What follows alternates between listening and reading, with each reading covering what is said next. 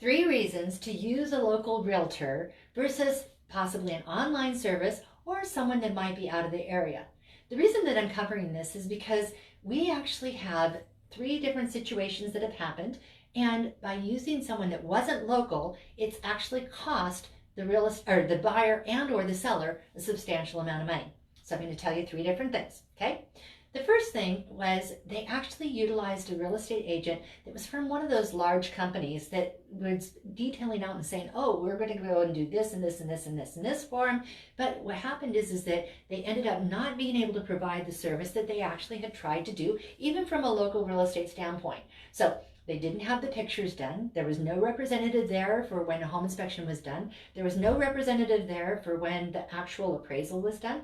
And they ended up just having the buyers walk through the properties being met by the owner to show the house. Now, that's sometimes a situation where it just does not really give the best representation of the home to the buyer, because buyers are oftentimes uncomfortable talking directly with the sellers because they don't necessarily want to open the doors or drawers. They don't necessarily want to see what the sellers want to show. And the other thing too is that the sellers don't get the best guidance as to how to make certain that their home shows the best. So that was situation number 1.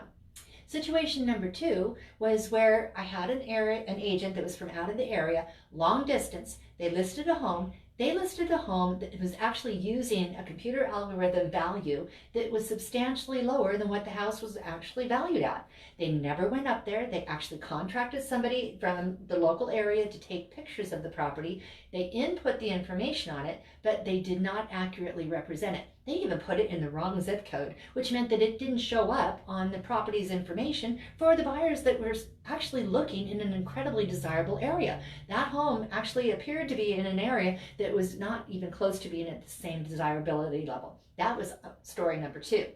The third story, which is one that really kind of got my craw, and sort of the reason for this is because of the fact that this particular agent happened to be a relative, and they were completely outside of where the local area was. And so what ended up happening is that they put the house on the market.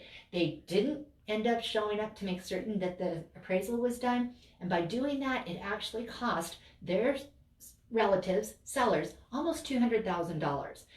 Having somebody local is very, very important and helpful, even if they work conglomerately. So as an example, I had a gentleman that I just spoke with earlier. His name is Eric. His brother is here. He's in North Carolina. And he and I are going to work together to make sure that his brother gets the proper representation.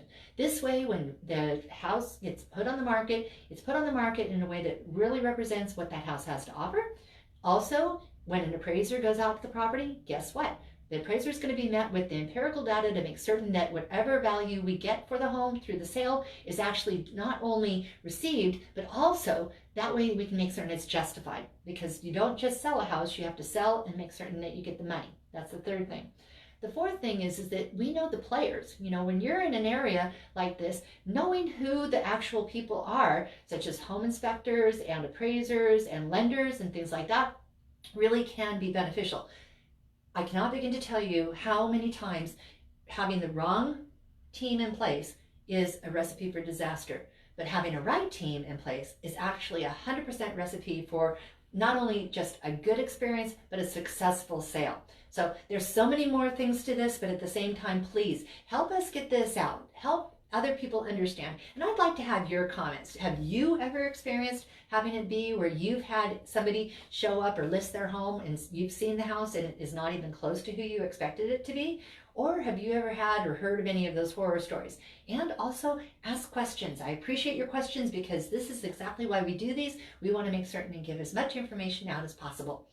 I'm called Krista, OIC Real Estate Services. By the way, we have a YouTube channel called Krista with the number 1, and we have all sorts of different videos on there covering a wealth of different topics. You might want to check it out. As always, have an amazingly blessed day. Bye.